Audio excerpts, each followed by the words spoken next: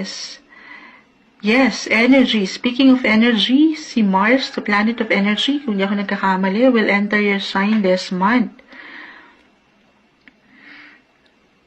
Oo. Ito na nga. The Sun. So, andito, buong-buo na yung enerhiya. Mars, the planet of action, energy. Hindi kayo makukulangan. Pero syempre, tayo ay tao lang, napapagod din. Baka naman super Sofer push kung push, lover kung lover, na ang ganda. Pero papakiramdaman din ng sarili, ha?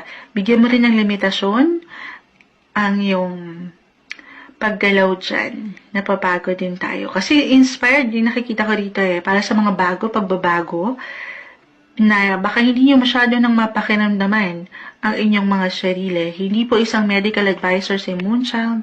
Simpleng card reader lang tayo, pero pahinga din pag may time. Kita nyo, may time. Ito, hindi kailangan kitakutin. Okay, Ten of Swords.